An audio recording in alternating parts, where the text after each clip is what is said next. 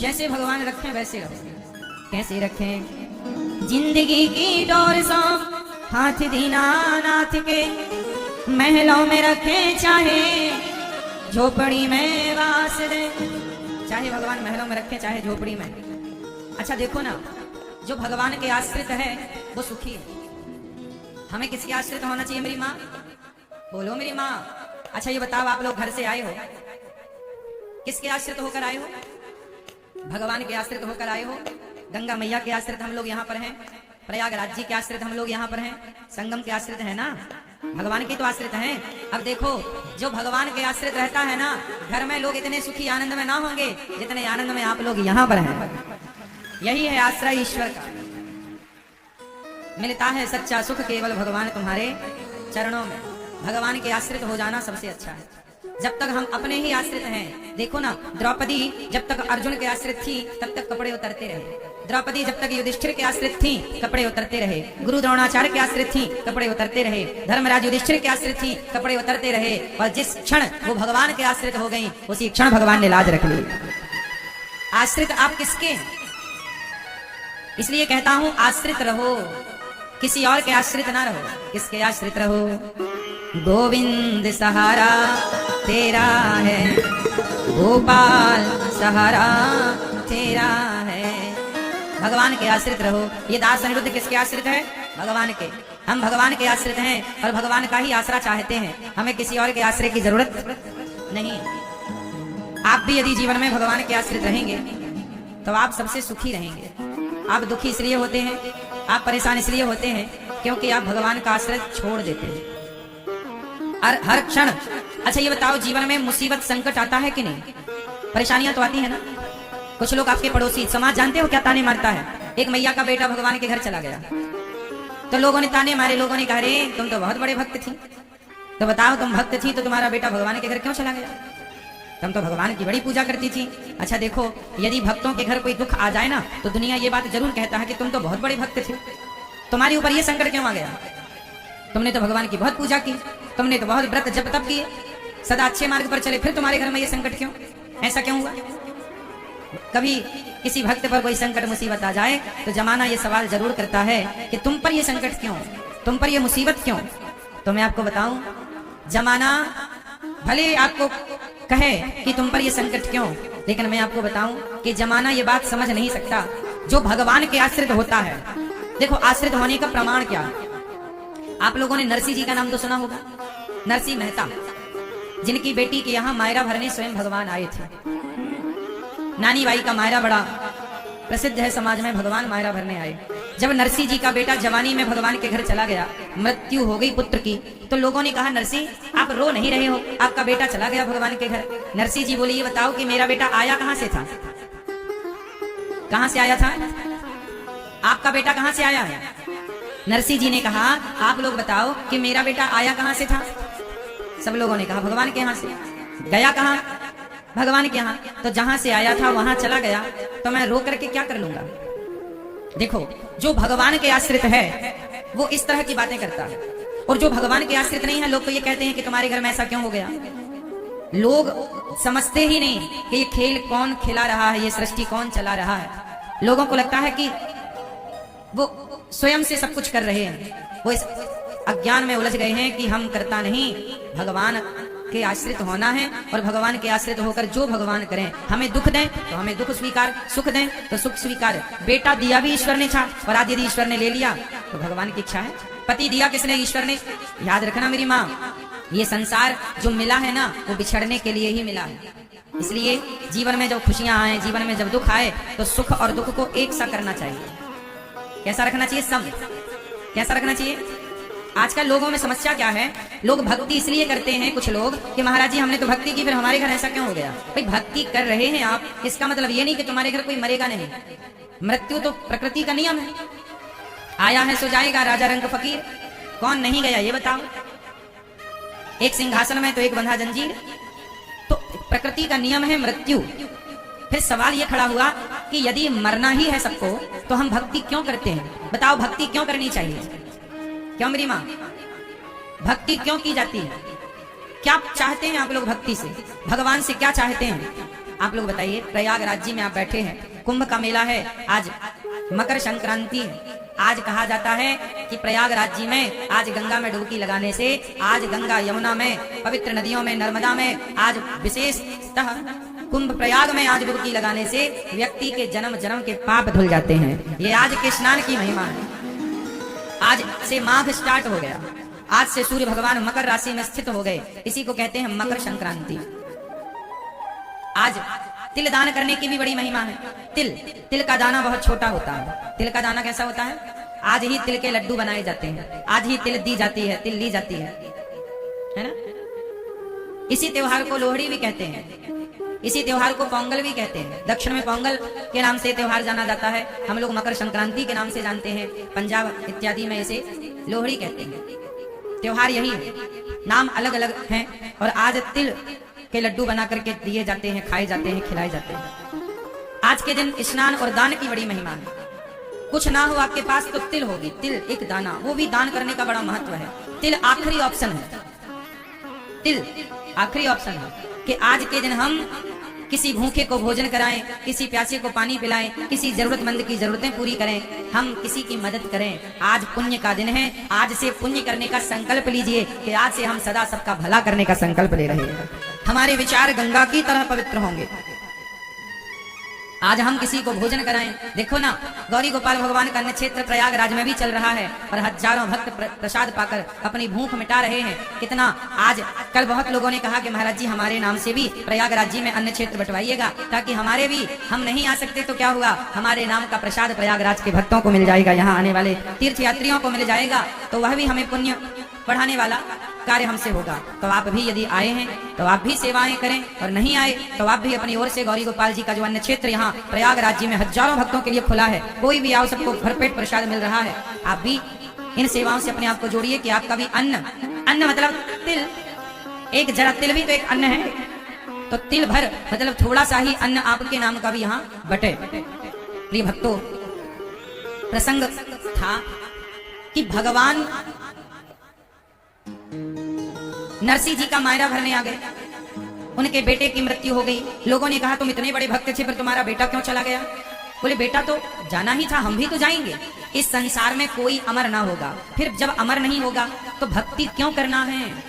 तो आओ हम बात करते हैं, भक्ति क्यों करना चाहिए, प्रयागराज क्यों आना चाहिए, प्रयागराज क्यों आना चाहिए, गंगा क्यों नहाना चाहिए, वृंदावन क्यों आना चाहिए, तीर्थ यात्रा क्यों करनी चाहिए, भागवत क्यों सुननी चाहिए। इसके बहुत सारे कारण हैं, उनमें से कुछ कारण मैं आपको बताऊं। ऐसा है कि देखो, एक गुरुजी के दो शिष्य थे। गुरुजी के शिष्य हैं दो। एक शिष्य था, वो वैश्या के घर जाकर के और वहां मुजरा देखा करता था, एक गलत गंदी स्त्री के पास जाता, उसका नाच गाना देखता।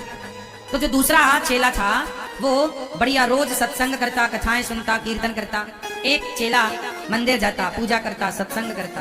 दूसरा चेला पराई स्त्री के यहाँ जाता, मुजरा देखता, नाच गाने देखता। एक दिन क्या हुआ कि जो वैश्या के घर जाता था उसे रास्ते में सोने से भरी थैली मिल गई, सोना मिल गया। और जो पूजा करके लौटा, सत्संग करके लौटा, तो उसके पांव में एक लोहे की कील घुस गई। जब लोहे की कील घुसी तो लंगड़ाता लंगड़ाता गुरुजी के पास आया। गुरुजी, मैं मंदिर जाता हूँ, कीर्तन करता हूँ, किसी का बुरा नहीं करता, तो मेरे पांव में कील घुस गई। और वो वैश्या के घर जाता है, गलत काम करता है, और उसे सोने की थैली मिल गई। ये कैसा न्याय है तुम्हारे भगवान का? तब गुरुजी ने हंसकर कहा, बेटा भगवान के न्याय को तू नहीं जानता, भगवान के न्याय को भगवान ही जान सकते हैं। कैसा न्याय है गुरुजी? गुरुजी बोले, बेटा तुम केवल वर्तमान को जानते हो, प्रेजेंट को समझते हो, जबकि भगवान तुम्हारे बीते हुए कल को और आने वाले कल को भी समझते हैं। कैसे गुरुजी? तब गुरुजी ने कहा कि बेटा उसे जो सोने की थैली मिली है ना, वो पिछले जन्म में बहुत पुण्यात्मा था। आज के दिन उसे कहीं का राजा बनना था, आज उसके भाग्य में राजा बनना लिखा था, पर उसने एक वैश्या की संगति करके, गलत काम करके अपने सारे पुण्यों को गवा दिया। और राजा तो बन ना सका, पर थोड़ा सा सोना मिल गया उसे। मिलना था खजाने बड़े बड़े, लेकिन पाप किया इस जन्म में तो उसके बहुत सारे पुण्य नष्ट हो गए और जरा से पुण्य रह गए। इतना सा सोना मिला, जबकि आज उसे क्या बनना था? राजा। और जो तुम हो ना, आज तुम्हारी जीवन लीला समाप्त होने वाली थी, आज तुम्हारी मृत्यु होने वाली थी, पर तुम भगवान के भक्त हो, तो भगवान ने तुम्हारी भक्ति को देखकर, तुम्हारी शरणागति स्वीकार करके, तुम्हारी मृत्यु को भगवान ने कृपा करके एक लोहे की कील में तब्दील कर दिया। जरा सा तुम्हें चोट लगी, जरा सा तुम्हें ठोकर लगा और तुम्हारी मृत्यु बदल गई। यदि आपके जीवन में थोड़ा संकट आए तो समझ लिया करो कि संकट तो बहुत बड़ा आने वाला था, पर जो तुमने कुंभ स्नान कर लिया, जो तुमने पुण्य कर लिए, उस पुण्य से तुम्हारे संकट जरा सा होकर के गुजर गए, छू करके निकल गए, टच करके निकल गए। हाँ या ना? तो भक्ति का हमें फल मिलता ही मिलता है, निश्चिंत रहिएगा। अच्छा बताओ, द्रौपदी ने भगवान कृष्ण की कलाई में अपनी साड़ी के पल्लू को फाड़कर कुछ हिस्सा ही तो बांधा था, कुछ धागे ही तो बांधे थे। हाँ या ना? धागा बांध दिया ना द्रौपदी ने। कन्हैया की जब कलाई पर चोट लगी तो तुरंत द्रौपदी ने साड़ी फाड़ी और कन्हैया की कलाई पर लपेट दिया। कन्हैया ने कहा, बहन तुमने अपनी महंगी साड़ी मेरी कलाई के बहते खून को रोकने के लिए बांधी है। यदि तुम्हारे जीवन में कभी संकट आया तो जितने धागे तुमने मुझे दिए हैं बहना, एक एक धागे की कीमत चुकाने आऊंगा जरूर, मैं तुम्हारा ऋणी हो गया। देखो जरा, धागे की कीमत चुकाई कि नहीं? भगवान कभी किसी का ऋण लेते नहीं। यदि आप भगवान को कुछ देते हैं तो भगवान उसका सवाया कई गुना करके वापस करते हैं। इसलिए कहता हूं कि जीवन में चाहे होनी होए अनहोनी होए, भगवान के आश्रित रहिएगा। यह सब खेल उसी का है। मेरा जीवन और मेरी मृत्यु किसके हाथ में है? बोलो। 6 चीजें भगवान के हाथ में होती हैं। कौन कौन सी? हानि लाभ जीवन मरण यश अपयश विधि हाथ। 6 चीजें भगवान के हाथ में है। हानि, बोलो हानि, बोलो हानि, लाभ, जीवन, मरण, यश, अपयश। किसके हाथ में है? भगवान के हाथ। इसलिए कहता हूं कि जीवन में हानि होए तो परेशान ना होइए। हानि उतनी ही होगी जितनी होनी है। लाभ कितना भी प्रयास कर लो, लाभ उतना ही होगा जितना विधि ने, विधाता ने तय कर रखा है। हानि लाभ ईश्वर के हाथ में। मेहनत आपके हाथ में, मेहनत तुम करो, तू कर्म कर, फल मैं दूंगा। कर्मण्येवाधिकारस्ते मा फलेषु कदाचन। तू कर्म कर, तेरे हाथ में कर्म है। फायदा कितना, नुकसान कितना, ईश्वर। हानि लाभ जीवन मरण, कितने साल का जीवन और कब मृत्यु होगी, ईश्वर के हाथ में। और यश, कितना आपका नाम होगा, कितना अपयश होगा। इसलिए अपने हाथ में कुछ है ही नहीं। अपने हाथ में बस एक काम है कि अच्छे काम करो, समाज की सेवा करो और दिन भर श्रीमन्नारायण जपो, दिन भर सीताराम जपो, दिन भर भगवान का नाम, ये अपने हाथ में। दिन भर नाम जपो, कीर्तन करो, समाज के लिए अच्छा सोचो, सबके लिए अच्छा करो। बस बाकी जो हो रहा है ये सब ईश्वर का खेल है। वो भेजे तो आए, वो बुलाए तो जाएं, हमारा कुछ भी नहीं है। हर हाल में खुश रहना चाहिए। कोई ताने मारे कि तुम इतने बड़े भक्त थे फिर तुम्हारे घर में ऐसा क्यों हो गया, भाई जमाने का काम है कहना, कहने दो। हम भगवान के आश्रित हैं और भगवान के आश्रित होकर, अच्छा ये बताओ, छोटा बच्चा किसके आश्रित होता है? जोर से। छोटा बच्चा किसके आश्रित है? माँ के आश्रित। माँ चाहे तो बच्चे को राजा बाबू बनाए और माँ चाहे तो 2 थप्पड़ जमाए। अच्छा ये बताओ, माँ गुस्से में 2 थप्पड़ मारती है कि नहीं बच्चे को? बोलो हाँ, हाँ या ना? मारती है ना? तो जब थप्पड़ मारती है तो क्या बच्चा माँ का आश्रय छोड़ देता है? बोलो। जब माँ 2 थप्पड़ मारती है ना तो रोते हुए माँ को ही देखता है बच्चा, हाँ या ना? जब छोटा सा बच्चा थप्पड़ खाकर भी माँ का आश्रय नहीं छोड़ता तो तुम्हारे जीवन में छोटे मोटे संकट आ जाएं, कभी कोई विपत्ति आ जाए तो उस संकट विपत्ति में भगवान का आश्रय क्यों छोड़ देते हो? रोते हुए भी उस ईश्वर की ओर ही देखो कि प्रभु आपके सिवा हमारा कौन है। 2 थप्पड़ मारती है माँ तो प्यार भी तो करती है, वही तो राजा बाबू भी बनाती है। ऐसी है जो भक्त जीवन में थोड़ा संकट पाकर भगवान से दूर हो जाते हैं, भगवान फिर उन्हें राजा बाबू नहीं बनाते। और जो दुख विपत्ति पर भी भगवान के चरणों से लिपटे रहते हैं, भगवान उन्हें राजा बाबू बना देते हैं, भगवान उन्हें बड़ा बना देते हैं। ये मेरे आश्रित है। सुख दुख तो जीवन का खेल है, नियम है, घबराया ना करो। जिंदगी की डोर सौंप हाथ दीनानाथ के, महलों में रखें चाहे झोपड़ी में वास दे। भगवान के सदा आश्रित रहो। आप सभी लोग भागवत सुन रहे हैं, भागवत क्या करते? अच्छा ये बता, गोपियां किसके आश्रित थी? बोलो। तड़पती रहीं, रोती रहीं, कृष्ण छोड़कर चले गए। एक मैया मेरे पास आई प्रश्नोत्तरी में कुछ दिन पहले, कहीं और की बात है। वो मैया मेरे से बोली, एक स्त्री बोली, महाराज मेरे पति जेल चले गए तो मैंने एक पराये आदमी से संबंध बना लिया। क्यों? बोले महाराज जी मजबूरी थी। हमने कहा कौन सी मजबूरी? बोले 4 साल से आदमी जेल में है। हमने कहा मैया तुम 4 साल भी ना रह पाई और अपने चरित्र को बिगाड़ लिया। प्रश्नोत्तरी में उन्होंने ये पूछा। अब मैं आपको एक बात बताऊं कि संसार के लोग, पति चला जाता है ना तो कुछ लोग दूसरा ब्याह कर लेते हैं, पत्नी मर जाए तो आदमी दूसरा ब्याह कर लेता है। लेकिन गोपियां कृष्ण के बिना 100 वर्षों तक तड़पती रही, लेकिन कृष्ण के अतिरिक्त किसी और के बारे में सोचा भी नहीं। अब बताओ, आदमी साल 2 साल में ही विचलित हो जाता है, हाँ या ना? इंसान 2, 4, 10 साल में ही विचलित हो जाता है। शादी, पत्नी चली, पति चला के दूसरे ब्याह की तैयारियां व्यक्ति चालू कर लेता है। लेकिन गोपियां 100 वर्ष तक कृष्ण के लिए तड़पती रहीं। 100 क्या, 1000 साल भी ना मिलते तो गोपियां उनके लिए तड़पती रहती, रोती रहती। लेकिन दूसरे के बारे में, ये क्या है? इसे कहते हैं आश्रित होना। ये क्या है मेरी माँ? इस तरह के भक्त जब भगवान के इस तरह से आश्रित होते हैं तब जाकर भगवान कृपा करुणा करते हैं। इसलिए मेरी आपसे प्रार्थना है कि कोई कितना भी धन दे, कोई कितना भी कुछ कहे करे, लेकिन आपको कभी भगवान का आश्रय नहीं छोड़ना, भगवान के चरण नहीं छोड़ना। सही है मेरी माँ? किसी और के भरोसे, एक भरोसे एक बल, एक आस विश्वास, एक राम घनश्याम हित, चातक तुलसीदास। एक भरोसा, किसके भरोसे मेरी माँ? एक भगवान के भरोसे। भागवत क्या करती हैं? भगवान के भरोसे कर देती हैं। जैसे आप और आपका परिवार, आप दोनों हाथ उठाकर भगवान से बस यही कहो कि हे प्रभु, ये दासी, ये परिवार, ये व्यापार, ये दास, हे प्रभु जो कुछ है ये आपका है और हम तो आपके आश्रित हैं। प्रिय भक्तों, आप आए हैं भागवत सुनने, आप सबका बहुत बहुत स्वागत, वंदन, सबका बहुत बहुत अभिनंदन। सबको जय श्रीमन नारायण, जय श्री कृष्णा, जय गौरी गोपाल, राधे राधे। कैसे हैं आप? जब आपसे कोई पूछे कैसे हैं आप तो कहा करिए प्रभु के आश्रित हैं, प्रभु के आनंद से हो। जो उनके आश्रित है वो आनंदमय है। कोई आपसे पूछा कैसे हैं? प्रभु के आश्रित हैं। ठीक है, कैसे हैं? किसके आश्रित हैं? भगवान श्रीमन नारायण के आश्रित हैं हम।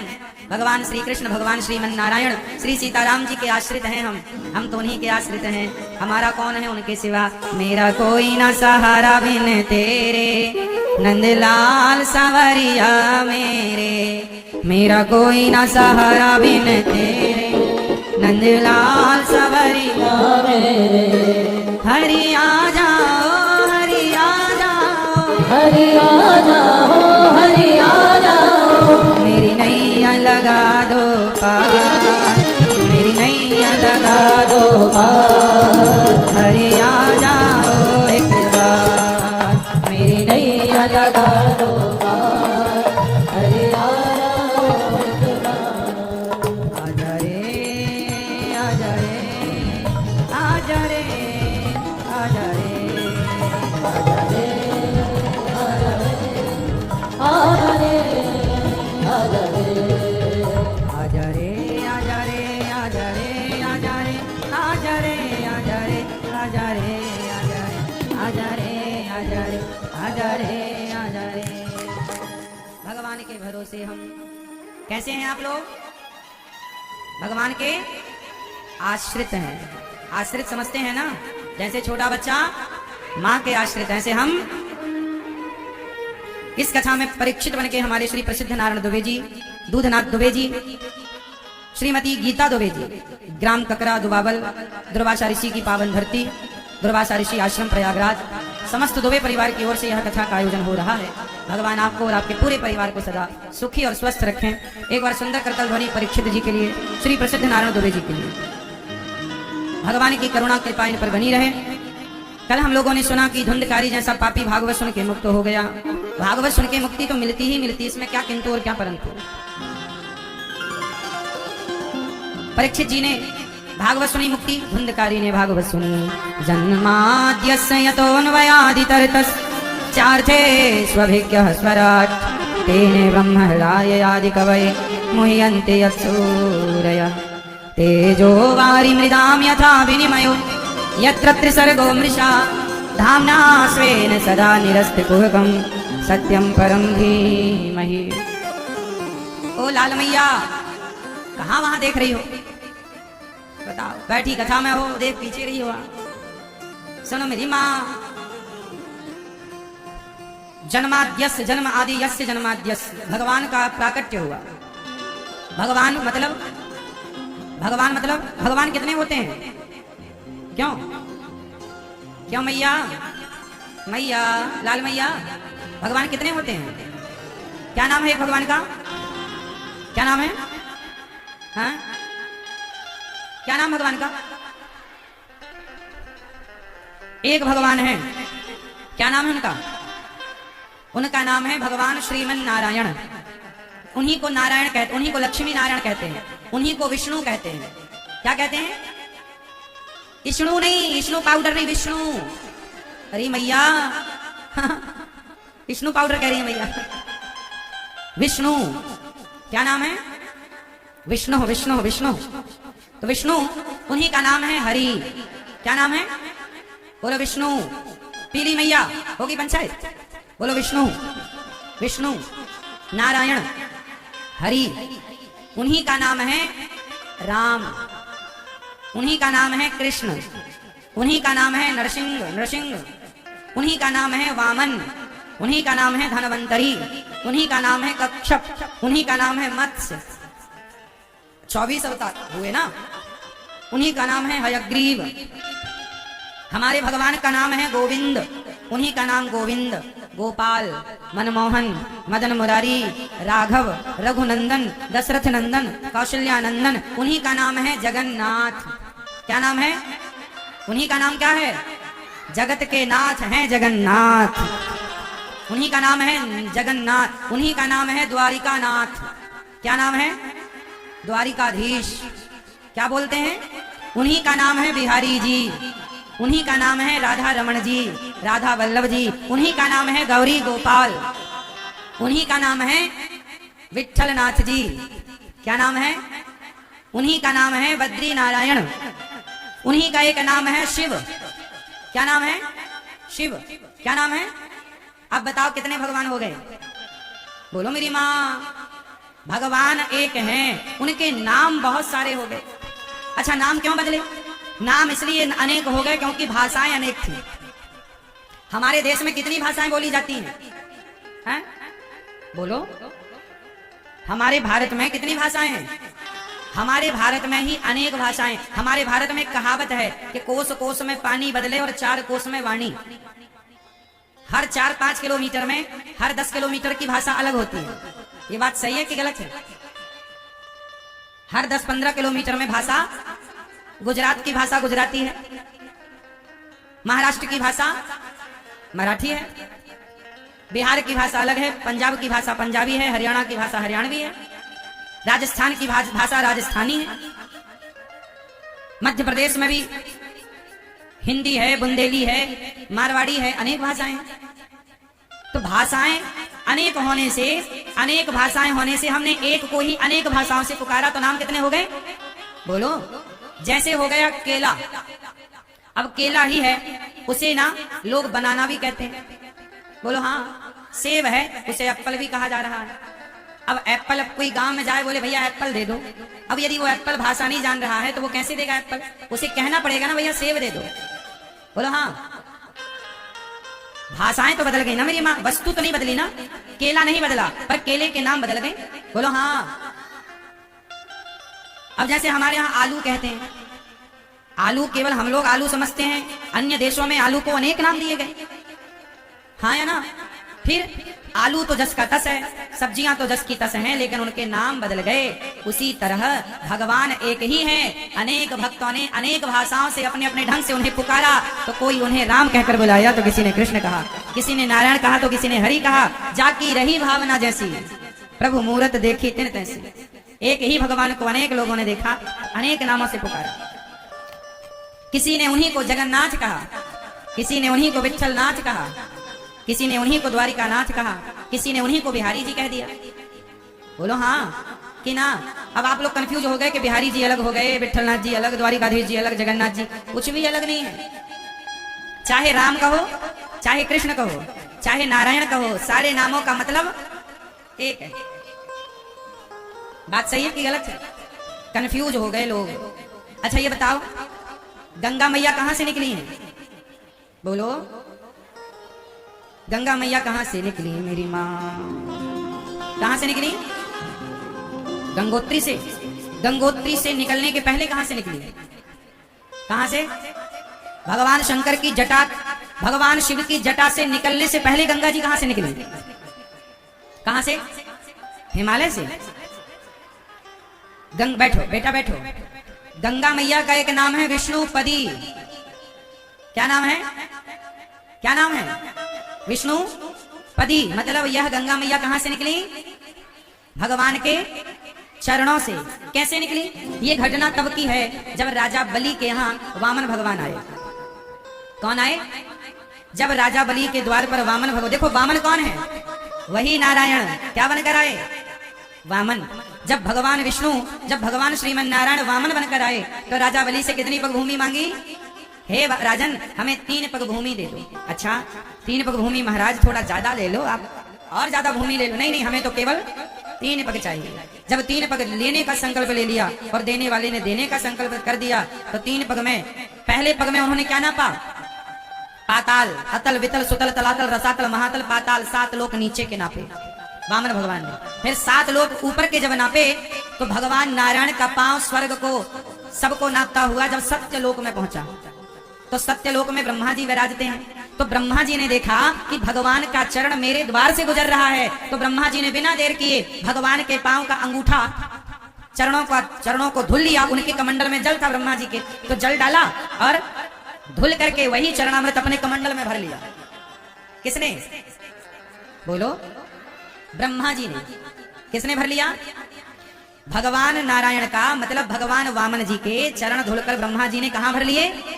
अपने कमंडल में। और वामन भगवान ने जब 3 पग भूमि ले ली, राजा बलि के मस्तक पर तीसरा पग रखा, वो लीला हो गई पूरी। इसके बाद राजा सगर के पुत्र हुए असमंजस, फिर अंशुमान, फिर उनके दिलीप, फिर हुए भगीरथ। क्या नाम पड़ा? भगीरथ के जो पिता थे राजा दिलीप, दिलीप की 2 पत्नियां थी। अच्छा दिलीप तपस्या करते करते मर गए, मृत्यु हो गई और इनके कोई संतान नहीं हुई। तब 2 पत्नियां थीं, तो दोनों पत्नियों से गुरु वशिष्ठ जी ने कहा कि तुम दोनों पत्नियां ही आपस में घर्षण करो। जब दोनों पत्नियों का घर्षण किया गया शारीरिक, तब दोनों पत्नियों के घर्षण से एक पुत्र हुए जिनका नाम पड़ा भगीरथ। उनका नाम इसलिए पड़ा भगीरथ क्योंकि ये 2 भगों के कारण प्रकट हुए, तो भगीरथ नाम पड़ा। पर इनके शरीर में हड्डी थी नहीं ज्यादा, तब गुरु वशिष्ठ जी ने कृपा किया, फिर इन्हें जीवन दिया। उन्हीं का नाम पड़ा भागीरथ, भगीरथ। तो फिर भगीरथ जी ने तपस्या करी और भगीरथ जी ने जब तपस्या की तो उनके तपस्या के प्रभाव से ब्रह्मा जी प्रकट हुए।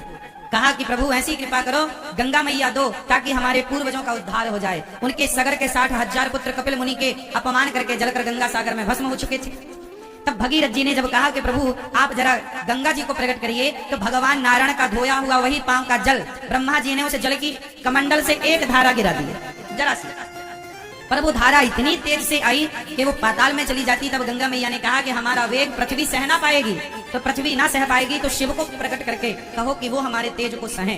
तब भगीरथ जी ने शिव को प्रसन्न किया और शिव ने कहा कि भगवान का चरणामृत है गंगा, तो प्रभु के चरणामृत को तो भक्त अपने माथे पर सजाता है। तो गंगा मैया को भगवान शिव ने अपने माथे पर सजाया और वही वेग से जब शिव जी की जटाओं में गई, फिर शिव जी ने उन्हें धीरे से छोड़ा। और जब धीरे से छोड़ा तो गंगा मैया को हरिद्वार के ऊपर एक साधु रहते थे जिनका नाम था जन्नू ऋषि। क्या नाम था? जन्नू ऋषि। तो जन्नू ऋषि ने गंगा जी ने बाबा जी की कुटिया बहा दी। बाबा जी तपस्या कर रहे थे, गंगा जी आई भगीरथ जी के पीछे पीछे, तो उनकी कुटिया बह गई। अरे बाबा जी ने कहे कौन हो, हमारी कुटिया बहा दी। यहाँ जन्नू बाबा गंगा जी को पी गए, बम, गंगा जी हो गई बम। अब भगीरथ जी बोले हे भगवान, ब्रह्मा जी को प्रकट किया, शिव को प्रकट किया और बाबा जी पी गए, पूरी गंगा पी गए। हे महाराज हमारे पूर्वजों का उद्धार कैसे होगा, थोड़ा कृपा करो। तब जन्नू ऋषि ने अपनी जांघ से गंगा जी को प्रकट किया, इसलिए गंगा जी का एक नाम है जाह्नवी। गंगा मैया का एक नाम क्या है? जाह्नवी। फिर गंगा मैया वहां से चली तो आगे 7 हरिद्वार के ऊपर ना 7 बाबाओं की कुटिया थी, सप्त ऋषियों की। तो गंगा जी को लगा कि एक बाबा की कुटिया बहाए तो पी गई, यहाँ 7 साधु हैं, यदि बहा देंगे तो फिर तो निकलेंगे भी नहीं। तो गंगा मैया ने 7 संतों की कुटिया को बचाते हुए आगे बढ़ी तो गंगा मैया की 7 धाराएं हो गई। तो हरिद्वार के ऊपर गंगा मैया की कितनी धाराएं हैं? 7 धारा है। वो 7 ऋषियों को बचाने के कारण हो गई। फिर वही गंगा मैया जब चली तो चलती चलती चलती चलती जब वो प्रयाग पहुंची तो गंगा मैया के सामने प्रयाग में भी एक संकट आकर खड़ा हो गया। प्रयाग में गंगा मैया आगे नहीं बढ़ी, गंगा मैया हाथ जोड़ के खड़ी हो गई। किसके सामने? बोलो बोलो, यमुना मैया के सामने। क्यों? क्योंकि यमुना मैया कौन है भगवान की? जोर से जोर से। यमुना मैया है भगवान की पत्नी। भगवान कृष्ण की चौथी कौन है? यमुना मैया भगवान कृष्ण की चतुर्थ पटरानी है। यमुना मैया कौन है? विरजा नदी। बैकुंठ में एक नदी है विरजा, वही विरजा महारानी भगवान कृष्ण की लीला के समय यमुना महारानी बनकर प्रकट हुई और भगवान श्री कृष्ण की पत्नी है यमुना। यमुना मैया कौन है भगवान की? जोर से। अच्छा, यमुना मैया प्रयाग से पहले से जा रही थी, पहले से बह रही थी। तो प्रयाग राज्य में जब यमुना महारानी का दर्शन हुआ तो गंगा मैया हाथ जोड़ के खड़ी हो गई। अच्छा, गंगा मैया है भगवान की दासी, भगवान के चरणों से निकली है। तो दासी है गंगा मैया और पत्नी है यमुना मैया। तो भाई दासी तो पत्नी का सम्मान करेगी। तो गंगा मैया हाथ जोड़ के खड़ी हो गई, हे माँ आप आज्ञा करिए मैं कहाँ जाऊं। तब यमुना मैया ने कहा गंगा आ मेरे गले से लग जा।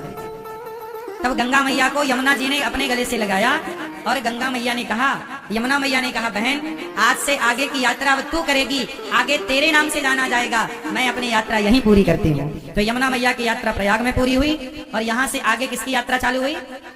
यमुना मैया की आज्ञा से चालू हुई। किनकी आज्ञा से चालू हुई? हाँ, यमुना मैया की आज्ञा से चालू हुई। यहाँ एक तीसरी नदी भी है जो जब माँ अपने बेटी के बालों में चोटी करती है। क्यों मैया आप लोग बालों की चोटी करती हो ना अपनी बेटी की या अपने पोती की, बहन की? तो छोटी करते समय कितने धाराएं निकालती हो बालों की? 3। जब बालों की 3 धाराएं निकालती हो, जब छोटी पूरी होती है तो दिखती कितनी धारा है? कितनी दिखती है? नहीं, चोटी तो एक दिखती है लेकिन छोटी में ना वो 2 दिखती है। कितने ध्यान से देखना, किसी की छोटी होती हुई। अब आप कल चोटी भी नहीं करते हो, समस्या ये। चोटी में 3 धाराएं हैं, तीनों को जब मैया ऐसे ऐसे गूंथती है ऐसे ऐसे तो उसमें दिखती कितनी है? दिखती 2 है पर होती 3 है। उसी तरह ये गंगा मैया को भी त्रिवेणी कहते हैं, त्रिवेणी संगम। यहाँ गंगा यमुना की 2 धाराएं तो दिखती हैं पर छोटी में जैसे तीसरी होती तो है पर दिखाई नहीं पड़ती, ऐसे यहाँ पर माँ सरस्वती विराजमान तो है पर हम सबकी नजर से परे हैं। उन्हें कोई ऋषि हो, कोई संत हो, कोई तपस्वी हो तो वो उनका दर्शन करे। बात उन दिनों की है जब वेद व्यास जी, आपने देखा होगा सरस्वती मैया कहां से निकली है? बोलो, बद्रीनाथ जी। वहां पर एक गुफा है, व्यास गुफा। कौन गुफा? जहां पर वेद व्यास जी ने बैठकर 18 पुराणों की रचना की। वहां पर सरस्वती माँ बहती हैं और अच्छी बहती हैं। दास अनिरुद्ध ने भी दर्शन किया, आप में से बहुत लोगों ने दर्शन भी किया होगा। तो एक बार क्या हुआ कि सरस्वती माता, उनकी जो झलकोर थी, जो भाव छाव हिचकोले मार रही थी, तो व्यास जी कुछ लिख रहे थे तो बार बार सरस्वती माता हिचकोलों से जल उनके ऊपर फेंक रही थी। तो व्यास जी ने कहा है सरस्वती थोड़ा शांत रहो, मैं लेखन कर रहा हूं, तुम शोर कर रही हो, थोड़ा शांत रहो। अच्छा, वहां मैया का बड़ा शोर भी था। तो पर सरस्वती माँ को पता नहीं क्या सूझा, वो लीला थी। सरस्वती माता हिचकोले मारती रही, हिलकोरे मारती रही और शोर बना रहा। व्यास जी ने गुस्सा में, क्रोध में आकर, अरे तुम बात नहीं सुन रही हो, हम लिख रहे हैं और तुम शोर कर रही हो और छींटे भी मार रही हो, पानी आ रहा, जाओ हम तुम्हें श्राप देते हैं, तुम अंदर चली जाओ जमीन के अंदर, तुम ऊपर ऊपर नहीं, अब अंदर अंदर रहना। तो व्यास जी के कारण सरस्वती माँ, फिर वहां से थोड़ी दर्शन होता है उनका, थोड़ा सा दर्शन होता है और उसके बाद से फिर वो धारा ऊपर की जगह नीचे से चल पड़ती हैं और वही धारा प्रयाग राज्य पहुंचती हैं और यहाँ संगम होता है। इसलिए प्रयाग में कितने अक्षर हैं? प्रा, या, ग। प्रा मतलब छिपी हुई, प्रा मतलब पृथ्वी के नीचे छिपी हुई। कौन? सरस्वती। प्रा, या से यमुना, प्रयाग। गा से 3 अक्षर हैं और तीनों अक्षर तीनों नदियों का प्रमाण दे रहे हैं। प्रयाग, प्रा मतलब पृथ्वी पर छिपी हुई, पृथ्वी पर छिपी हुई माता सरस्वती, प्रा या मतलब यमुना, गा मतलब हाँ। अब देखो यहाँ पर तीनों का क्रम देखिएगा। पहले कौन है? पहले है सरस्वती, इसलिए प्रा। फिर दूसरे नंबर पर है यहाँ यमुना जी, या प्रा या। गंगा जी सबसे बाद में आई, भागीरथ जी के कहने से आई, उनके साथ आई, भगवान की चरण पदी है। तो गा आखिरी में है, प्रयाग आखिरी में क्या है? गा, गंगा। तो यहाँ पर माँ भगवती यमुना जी ने गंगा मैया को अपने गले से लगाकर उन्हें सम्मानित किया, उनका मान बढ़ाया। ऐसे धाम में हम लोग बैठे हैं जहाँ गंगा, यमुना और माँ सरस्वती का संगम है। देखिए इसी संगम में आज हमारा और आपका भी संगम हुआ, मिलन हुआ। बोलिए प्रयागराज की, गंगा मैया की, यमुना मैया की, सरस्वती मैया की। ये है कथाएं तो अनंत हैं, क्या क्या हम आपको सुनाएं, क्या क्या हम आपसे कहें। तो प्रयागराज जी की बड़ी उत्कृष्ट महिमा है, बड़ी श्रेष्ठ महिमा है। कहा जाता है कि एक माह को यहाँ कल्प मास कहते हैं। क्या बोलते हैं? कल्पवास। यहाँ के लोग क्या कर रहे हैं? कुछ लोग यहाँ कल्पवास कर रहे हैं। ये कल्प क्या होता है? कल्प क्या होता है मैं आपको बताऊं। पूज्य सदगुरुदेव भगवान की, देखिए कथा में भगवान का और भगवान के भक्तों का दर्श परस हो, पूज्य गुरुजनों का दर्शन हो। श्रीमद जगत गुरु श्री रामानुजाचार्य स्वामी श्री घनश्यामाचार्य महाराज जी के श्री चरणों में दास अनिरुद्ध का कोटि कोटि नमन। कुछ दिन पहले पूज्य महाराज जी वृंदावन गौरी गोपाल आए और उन्होंने कहा कि प्रयाग में आप आओ, और इन्हीं की वाणी में माँ सरस्वती बैठी और दास को प्रयाग आने का अवसर मिला। हमारे भैया ऋषि भैया भी आए हैं, बहुत बहुत स्वागत आपके चरणों में दास का कोटि कोटि नमन। स्वामी राजा रामाचार्य जी भी आए हैं, एक बार सुंदर करकर बनी पूज्य सदगुरुदेव भगवान के लिए।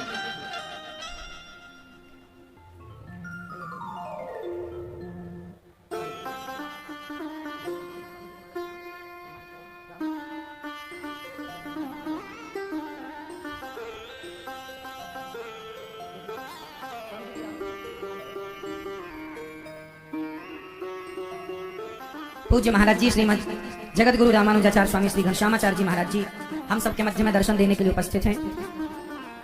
दास अनिरुद्ध का पूज्य महाराज जी के चरणों में कोटि कोटि नमन, कोटि कोटि वंदन। आपका बहुत बहुत अभिनंदन, स्वागत।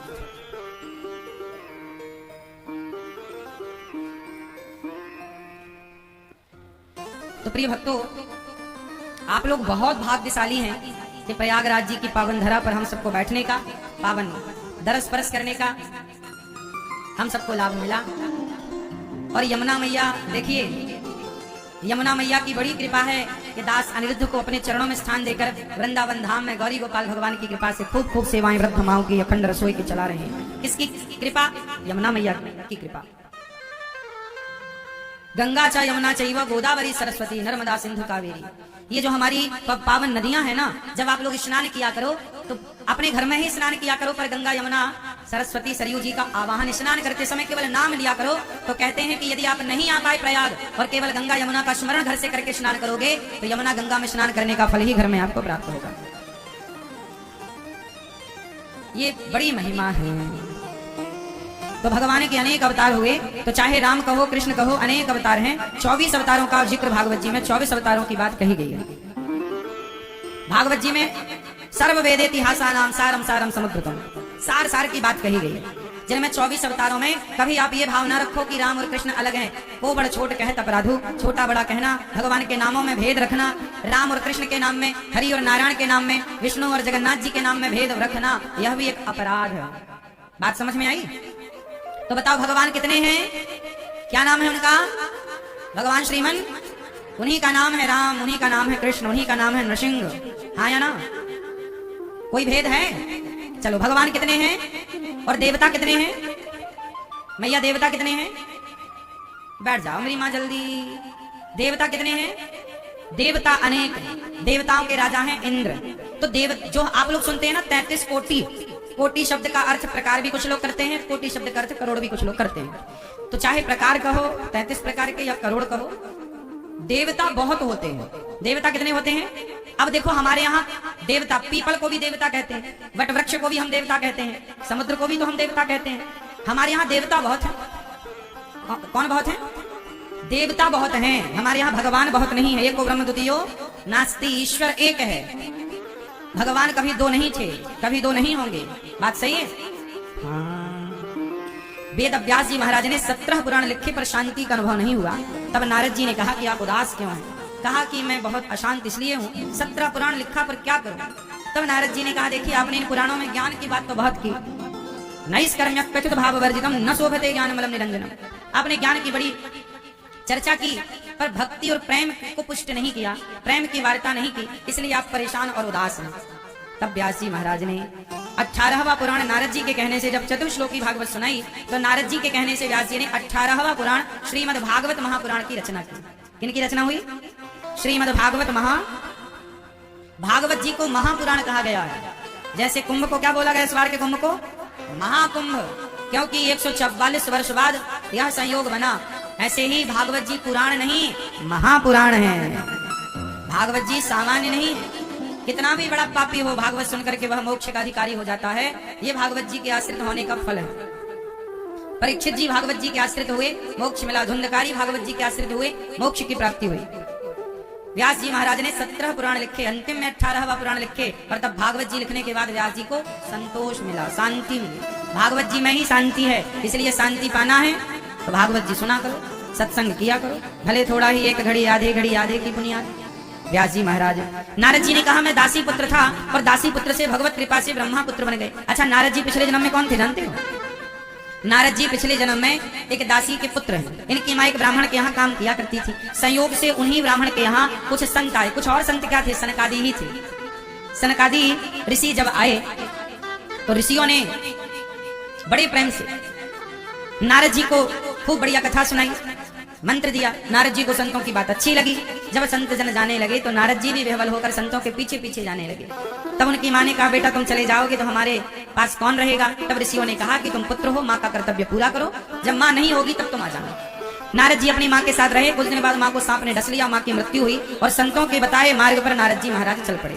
नारद जी को मंत्र दिया, उस मंत्र का अखंड जाप किया और मंत्र का जाप करते करते जवानी और बुढ़ापा गुजर गया। लेकिन वो जिद नहीं छोड़ी कि मंत्र का जाप करना है, भगवान को पाना है। और मंत्र के प्रभाव से इतनी सिद्धि मिल गई कि उन्हें एक आकाशवाणी हुई और भगवान का साक्षात्कार हुआ। नारद जी, बेटा तुमने इतना तप कर लिया, इतना तप कर लिया कि अब तुम ब्रह्मा के पुत्र बनकर ब्रह्मर्षि कहलाओगे। देवर्षि नारद जी, नारद जी देवर्षि नारद जी, देवताओं के भी ऋषि हैं। क्या नाम पड़ा? देवर्षि। देवताओं के, देवताओं पर कोई संकट आता है तो वो तुरंत नारद जी के चरणों में जाते हैं। नारद जी, अच्छा ये बताओ, नारद जी के लिए बैकुंठ के, स्वर्ग के, मृत्यु लोक के दरवाजे खुले रहते हैं कि नहीं? बोलो हाँ या ना। क्या नारद जी के लिए बैकुंठ में कभी ताला लगता है? उत्तर दो मेरी माँ। नहीं? अच्छा ये बताओ, नारद जी के लिए बैकुंठ में कभी ताला नहीं लगता, स्वर्ग में कभी रोक टोक नहीं है, नारद जी कहीं आए कहीं जाएं, ये क्यों ऐसा है नारद जी के साथ? बोलो।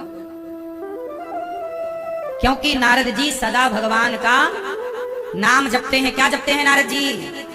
नारद जी जपते हैं श्रीमन नारायण नारायण नारायण श्रीमन नारायण। क्या जपते हैं नारद जी? श्रीमन नारायण। क्या जपते हैं? क्या जपते हैं? श्रीमन नारायण। क्या जपते हैं? श्रीमन नारायण का मतलब क्या हुआ? क्या मतलब हुआ श्रीमन नारायण का? हाँ? श्री मतलब, श्री मतलब, श्री मतलब, श्री मतलब लक्ष्मी, श्री मतलब सीता। श्री यदि राम के आगे जुड़ा है तो श्री मतलब सीता हो जाएगा। श्री कृष्णाय वयम नुमः, यदि कृष्ण के आगे श्री जुड़ गया तो श्री का मतलब राधा हो जाएगा। और भगवान नारायण के आगे श्री जुड़ा है तो श्री का अर्थ माता लक्ष्मी हो जाएगा। तो लक्ष्मी और सीता और राधा ये अलग अलग, जैसे नारायण, राम और कृष्ण अलग नहीं है, ऐसे ही राधा, सीता और लक्ष्मी भी अलग अलग। तो श्री मन, बोलो श्री मन नारायण। तो नारद जी क्या जपते हैं? श्रीमन नारायण, श्रीमन नारायण। भैया बैठो मेरी माँ, राधे राधे, बैठ जाओ। क्या जपते हैं नारद जी? श्रीमन नारायण। जब भगवान का नाम जपते हैं नारद जी तो देखो श्रीमन नारायण में हमारा मन कहाँ है? श्री मन नारायण। पहले माता लक्ष्मी है, आगे भगवान नारायण, बीच में कौन है? श्री मन। मन कौन? आपका मन। मन कौन? हम सबका। तो हमारा मन बीच में है। किस तरफ जाए तो लक्ष्मी जी के चरणों में गिर जाए और इस तरफ जाए तो प्रभु नारायण के चरणों में गिर जाए, इसलिए मन को बीच में रखा है। यहाँ जाए तो लक्ष्मी जी पकड़ लें, यहाँ जाए तो नारायण प्रभु पकड़ लें। तो श्री आगे, मन बीच में और नारायण पीछे, श्रीमन नारायण। ठीक है, हाँ या ना?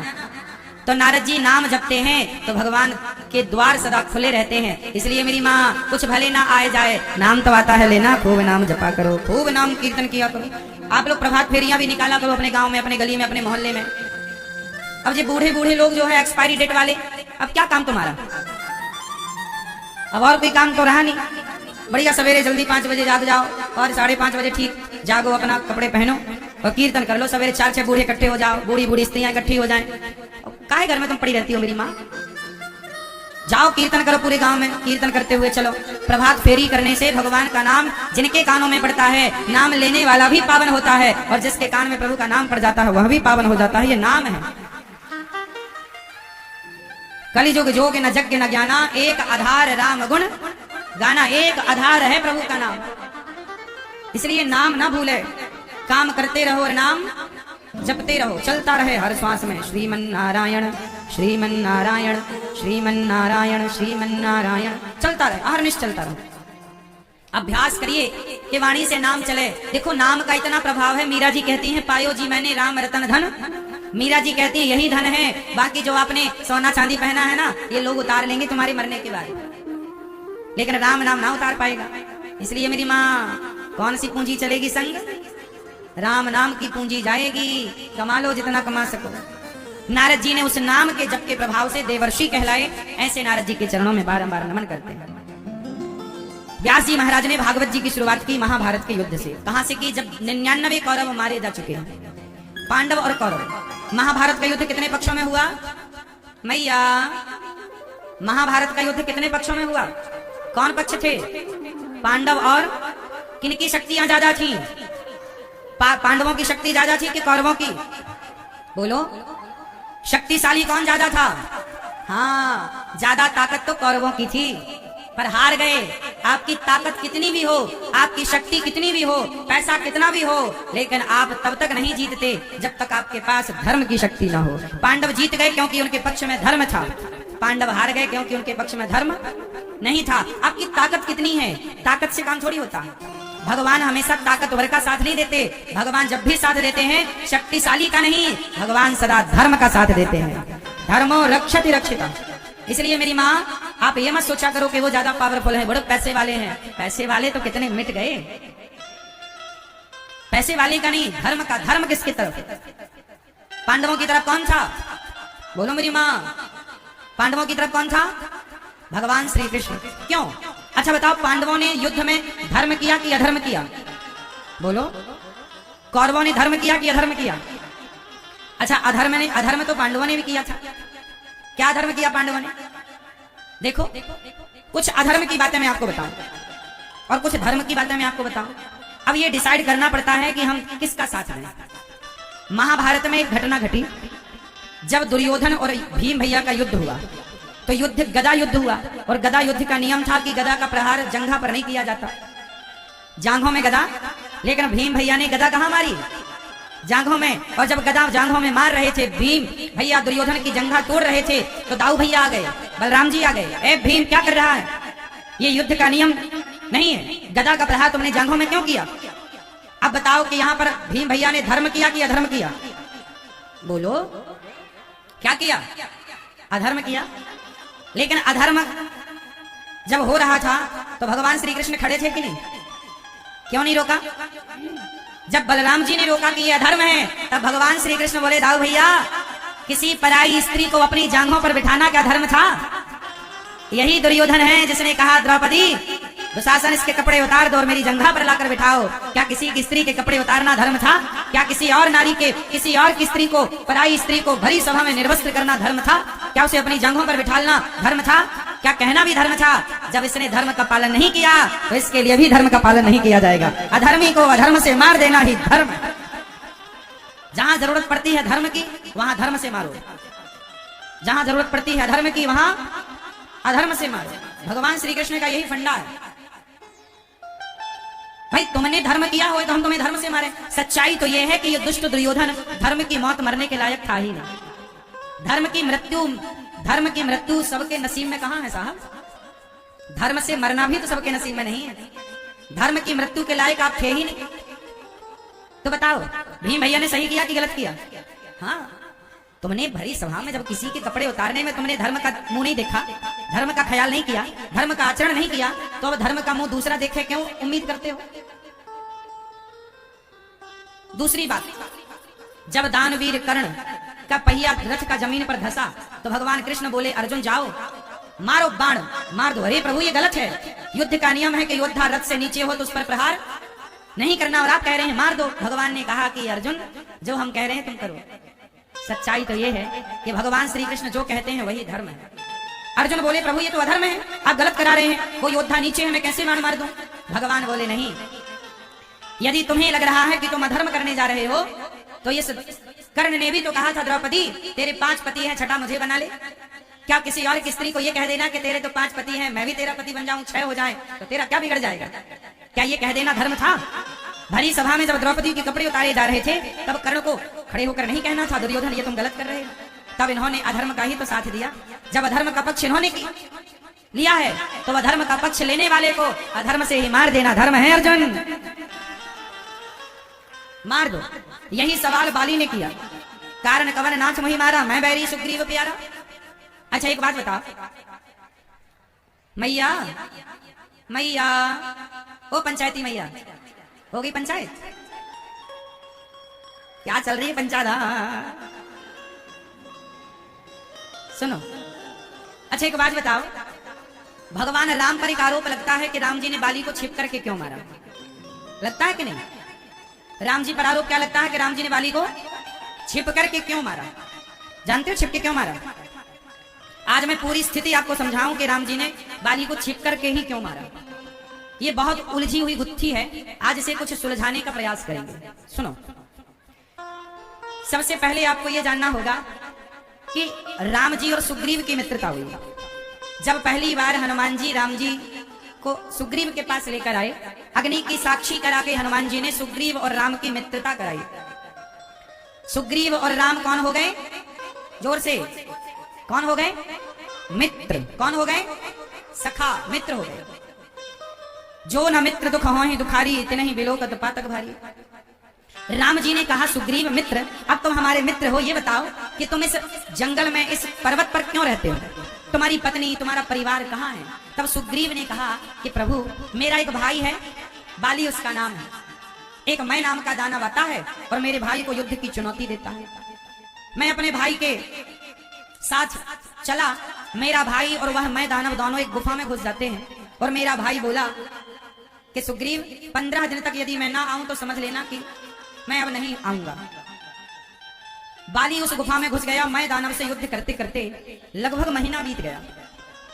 तब सुग्रीव को लगा कि भैया ने बोला था 15 दिन इंतजार करना, पर सुग्रीव ने 1 माह तक इंतजार किया। जब बाली नहीं आया तो सुग्रीव को लगा कि बाली मर गया।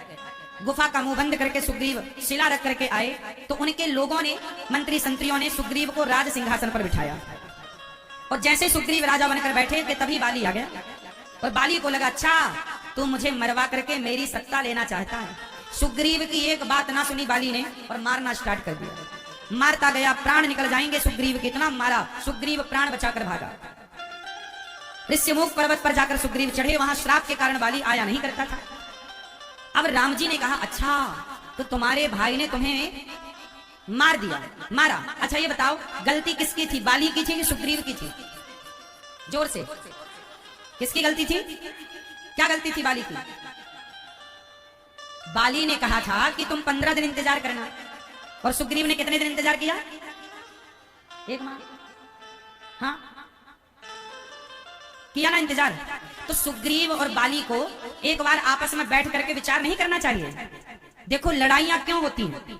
जब बड़ा भाई छोटे की सुनता ही नहीं है और छोटा बड़े की सुनता ही नहीं है तो लड़ाइयां होती हैं। इसलिए कहता हूं आपसी मतभेद मनभेद हो तो आपस में एक बार बैठकर सुलझाने का प्रयास तो करो भैया। बाली को एक बार सुग्रीव के पास बैठकर बोलना तो था कि भैया इतनी भी जल्दी क्या थी कि तू राजा बन गया? वो बताता कि मैं नहीं बना, लोगों ने जबरदस्ती बिठा दिया। लेकिन बाली ने एक बार भी सुग्रीव की बात नहीं सुनी।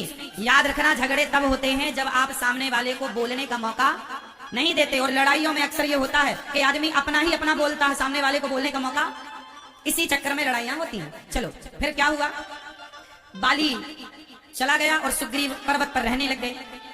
पत्नी जो सुग्रीव की थी वो भी अब बाली के पास थी। अब राम जी ने कहा कि ये तो बाली ने बड़ा गलत किया, तुम्हारा पक्ष सुने बिना तुम्हें निकाल दिया और तुम्हारी पत्नी भी वापस नहीं की कि चल भाई तू चला गया तो अपनी पत्नी लेके जा। पत्नी भी कब्जा कर ली। तब राम जी को गुस्सा आया और राम जी ने प्रतिज्ञा ली, सुनो सुग्रीव, मित्र से कहा, सुनो सुग्रीव, मारी हूं बाल ही एक ही बाण, ब्रह्म रुद्र शरणागत गए न उबरी ही प्राण। हे सुग्रीव, अब मैं प्रतिज्ञा लेता हूं, बहुत ध्यान से सुनना। राम क्या ले रहे हैं? जोर से क्या ले रहे हैं? प्रतिज्ञा। कौन सी प्रतिज्ञा ले रहे हैं? बाली को एक ही बाण से मारूंगा। सुनो सुग्रीव, मारी हूं बाल ही एक बाण से मैं बाली को मारूंगा। और राम की प्रतिज्ञा 2 बार नहीं होती, राम जो कह देते हैं सो कह देते हैं। तो राम जी ने प्रतिज्ञा कर ली। किसको मारने की प्रतिज्ञा की? जोर से, मारूंगा। चलो ये होगी ना प्रतिज्ञा। अब आगे चलते हैं। फिर क्या हुआ? राम जी ने सुग्रीव को भेजा, जाओ ललकारो। सुग्रीव गया, बाली को ललकारा, युद्ध के लिए बाली आया और सुग्रीव और बाली की फिर लड़ाई हुई। इस बार फिर सुग्रीव पिट करके आ गए। राम जी बोले, बाली सुग्रीव बोला, प्रभु हमें पता था आप नहीं मार पाओगे, देखो आपने नहीं मारा, उसने हमें खूब मारा।